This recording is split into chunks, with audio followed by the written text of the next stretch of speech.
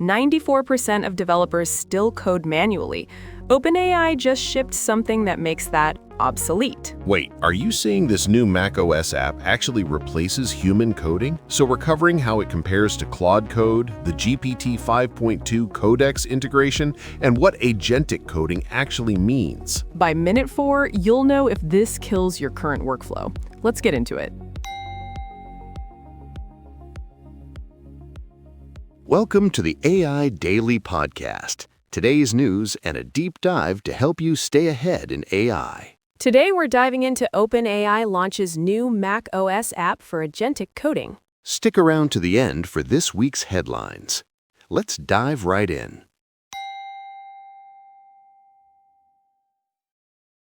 So let's talk about OpenAI dropping a dedicated macOS app specifically for coding, and not just any coding, but what they're calling agentic coding. This is fascinating because it represents a pretty significant strategic shift for OpenAI, moving from being the back-end provider for GitHub Copilot to competing directly in the developer tool space. Right, and the timing is interesting too. We've seen this explosion of AI coding tools in the past year. Cursor has been gaining massive traction, Anthropic's Claude has become surprisingly popular for coding tasks, and now OpenAI is making this direct play. What exactly are they offering that's different? Well, the key word here is agentic, and this is where things get really interesting. Traditional AI coding assistants, even sophisticated ones like Copilot, are essentially reactive. You type, they suggest. You ask a question, they respond. But agentic coding implies something fundamentally different. AI that can actually plan, execute multi-step tasks, and work more autonomously. Okay, but haven't we heard this promise before? I mean, every AI tool claims to be more intelligent or context-aware than the last one. You're absolutely right to be skeptical. But here's what's different this time. The underlying models have gotten dramatically better at maintaining context over longer interactions. We're talking about systems that can now hold thousands of tokens in their context window, understand entire code bases, and actually reason about architectural decisions. So give me a concrete example. What can this agentic approach do that current tools can't? Imagine you're refactoring a legacy API. With current tools, you might get help writing individual functions or fixing specific bugs, but an agentic system could potentially understand the entire refactoring goal, create a plan, implement changes across multiple files, update tests, and even handle the migration strategy. It's less autocomplete on steroids and more junior developer who never gets tired. That's a pretty bold claim. Are we talking about replacing junior developers here? Not replacing, augmenting. Think about it this way. These tools are incredibly good at pattern matching and applying known solutions, but they still struggle with novel problems, understanding business context, and making judgment calls about trade-offs. What they excel at is eliminating the grunt work that even senior developers find tedious. And OpenAI thinks a dedicated macOS app is the right delivery mechanism for this? Why not just enhance their API or continue working through GitHub? This is where the business strategy gets interesting. By creating a standalone app, OpenAI gets direct access to developers, owns the entire user experience, and most importantly, can iterate much faster than working through partnership channels. They're also specifically targeting Mac OS first, which tells us they're going after the premium developer market, the same folks who are already paying for tools like Cursor or Copilot. Plus, there's the data play, right? Direct access to how developers actually work, what problems they're solving. Exactly. And that's crucial for training these agentic systems. The more they understand real developer workflows, the better they can anticipate needs and provide truly useful assistance. It's a virtuous cycle. Better tools attract more users provide more data improves the tools. So what's the competitive landscape looking like? How does this stack up against what's already out there? Coming up, we'll dig into exactly how OpenAI's approach compares to Cursor, Claude, and even their own GitHub Copilot integration. We'll look at specific features, pricing models, and most importantly, what developers who've actually used these tools are saying about their real-world effectiveness.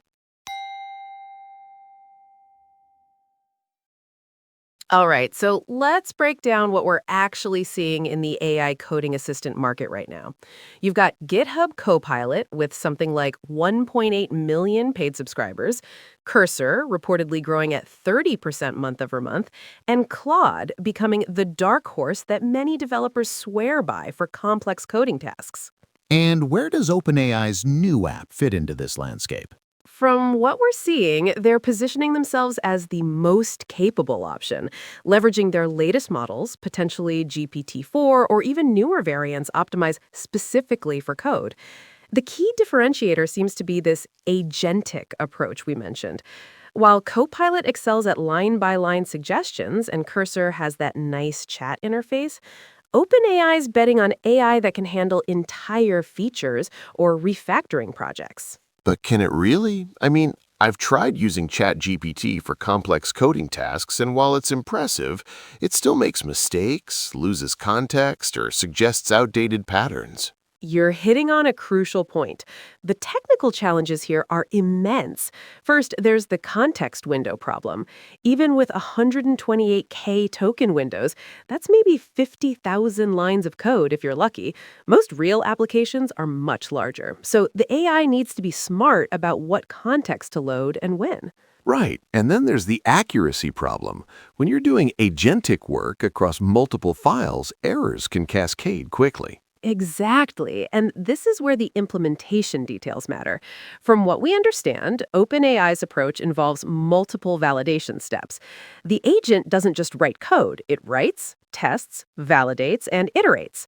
They're essentially building in the same review process a human developer would use, but automated. How does that work in practice? Think of it as a multi-stage pipeline. Stage 1, understanding the task and creating a plan. Stage 2, implementing the changes. Stage 3, running tests and checking for regressions. Stage 4, iterating based on test results. And crucially, at each stage, the system can recognize when it needs human input. That sounds computationally expensive. What about latency and cost? Great question. This is where the trade-offs become apparent. Cursor, for instance, keeps things snappy by using smaller, faster models for most interactions. GitHub Copilot uses a similar approach, but OpenAI seems to be betting that developers will accept slightly higher latency for significantly better results. We're talking maybe 5 to 10 seconds for complex operations versus near instant for simple autocomplete. And the cost structure? This is fascinating. While Copilot charges $10 to $19 per month and Cursor is around $20, OpenAI might be looking at a usage-based model, especially for these more complex agentic operations. Think about it. If an AI agent can save you 2 hours on a refactoring task, what's that worth? Probably more than $20. That changes the calculus significantly. It's not just a productivity tool anymore, it's almost like hiring temporary help for specific tasks. Precisely. And that's why the macOS app strategy makes sense. It's not just another VS Code extension, it's a standalone development environment where the AI is a first-class citizen. You're not adding AI to your workflow, you're building your workflow around AI capabilities. What about integration with existing tools and workflows? Developers are notoriously particular about their setups. This is the make or break factor. Early reports suggest OpenAI's app can work alongside existing IDEs, not replace them. It monitors your project directory, understands your Git workflow, and can even integrate with your CI/CD pipeline. The goal seems to be augmentation rather than replacement. But there's got to be limitations, right? What about proprietary code bases, security concerns, or working with legacy systems that have decades of accumulated complexity? You're absolutely right. For enterprise customers, the security implications are huge. OpenAI will need to offer on-premise options or at least guaranteed data isolation. And for legacy systems, well, even the best AI struggles with code that humans can barely understand. We're seeing some interesting approaches, though, like using AI to first document and understand legacy code before attempting modifications. That's actually brilliant, using AI for archaeology before surgery. Stick around. In our final segment, we'll give you the exact framework for evaluating whether these agentic coding tools make sense for your team, plus what you should be watching for as this space evolves over the next year.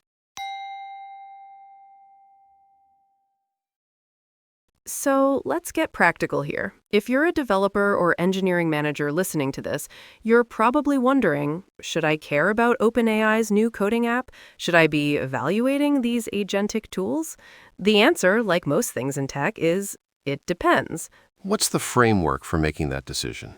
First, consider your current bottlenecks. Are you spending significant time on boilerplate code, refactoring, or writing tests? These are areas where agentic AI shines. I'd estimate that teams heavy on CRUD operations, API development, or maintaining large code bases could see 20 to 40% productivity gains. Those are big numbers. How do we validate that? Start small. Pick a bounded problem, maybe refactoring a single service or adding comprehensive tests to a neglected module. Use that as your proof of concept. Measure not just time saved, but also code quality metrics, test coverage, cyclomatic complexity, documentation completeness. And what about team dynamics? How do you introduce AI tools without making developers feel threatened? This is crucial. Frame it as leveling up, not replacing. The developers who embrace these tools early will become force multipliers. They'll be able to tackle more interesting problems while the AI handles the repetitive stuff. It's like when IDEs introduced intelligent refactoring. Nobody lost their job, but everyone became more productive. What should teams be watching for as these tools evolve? Three key things. First, model capabilities. We're probably 6 to 12 months away from AI that can reliably handle entire feature implementations, from spec to deployment. Second, integration depth. Watch for tools that can understand your entire stack, from database schema to front-end components. And third, and this is critical, specialization. Specialization. Right. Now these tools are generalists, but imagine AI agents trained specifically on React patterns or microservices architectures, or even your company's specific code base and conventions. That's where the real productivity gains will come from. So what's the immediate action plan for teams wanting to explore this? Here's your checklist. 1. Audit your current development workflow and identify repetitive tasks that eat up more than 2 hours per week. 2. Run a pilot program with 2 to 3 developers using different tools. OpenAI's app, Cursor, Claude, whatever. 3. Measure both quantitative metrics like lines of code and pull request velocity and qualitative feedback about developer satisfaction. And longer term? Start thinking about AI-first development practices. Just like we moved from waterfall to agile, we might need new methodologies that account for AI capabilities.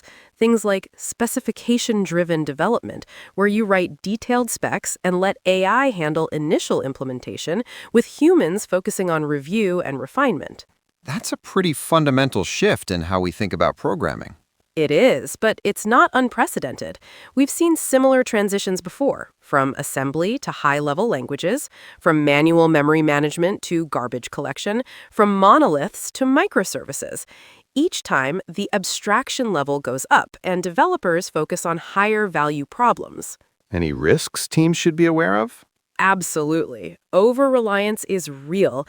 If developers stop understanding what the code actually does, technical debt can accumulate quickly.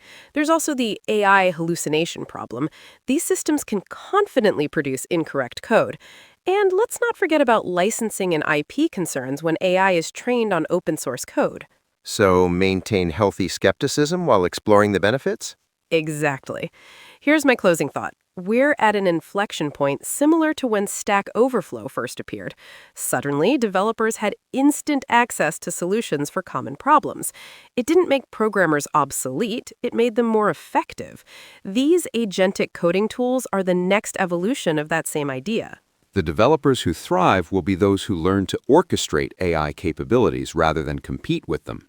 And that's really the key insight here. OpenAI's macOS app isn't just another coding tool. It's a glimpse into a future where the line between human creativity and AI capability becomes increasingly blurred. The question isn't whether AI will change how we code, it's whether we'll be ready to change with it. Before we wrap up, let's catch up on this week's infrastructure news. There's a fascinating new development in the AI space. SpaceX has acquired xAI to create what they're calling the most ambitious, vertically integrated innovation engine on and off Earth. We're talking AI, rockets, space-based internet, and direct-to-mobile communications, all under one roof. That's a massive consolidation of Musk's ventures. What does this mean for the AI landscape when you combine xAI's capabilities with SpaceX's infrastructure? It could accelerate AI deployment in space applications. Think autonomous spacecraft, satellite networks powered by advanced AI. The vertical integration could give them a huge competitive advantage. Speaking of competition, Together AI just released version 2 of their evaluations platform, and here's the kicker. You can now benchmark commercial LLMs from OpenAI, Anthropic, and Google directly against open source models. That's huge for enterprises trying to make data-driven decisions. According to their blog post, this allows teams to compare performance metrics side by side, which wasn't easily possible before. And they're not stopping there. Together AI also published research showing how fine-tuning open-source LLMs using direct preference optimization can create AI judges that actually outperform GPT-4 in evaluating model outputs. The cost implications are significant here. If open source models can match or beat commercial ones for specific tasks, like evaluation, that changes the economics of AI deployment entirely. Though I wonder about the benchmarking methodology. Are we comparing apples to apples when evaluating these models? Fair point. Moving to enterprise news, TechCrunch reports that Snowflake just signed a $200 million deal with OpenAI, signaling a major shift in how enterprises approach AI partnerships. 200 million? That's substantial. What's driving deals of this magnitude? The article suggests enterprises are diversifying their AI strategies, partnering with multiple providers to leverage different LLM capabilities. It's not about picking one winner anymore, it's about building a portfolio of AI tools. Makes sense. Different models excel at different tasks, and no single provider can meet all enterprise needs yet. That wraps up this week's news.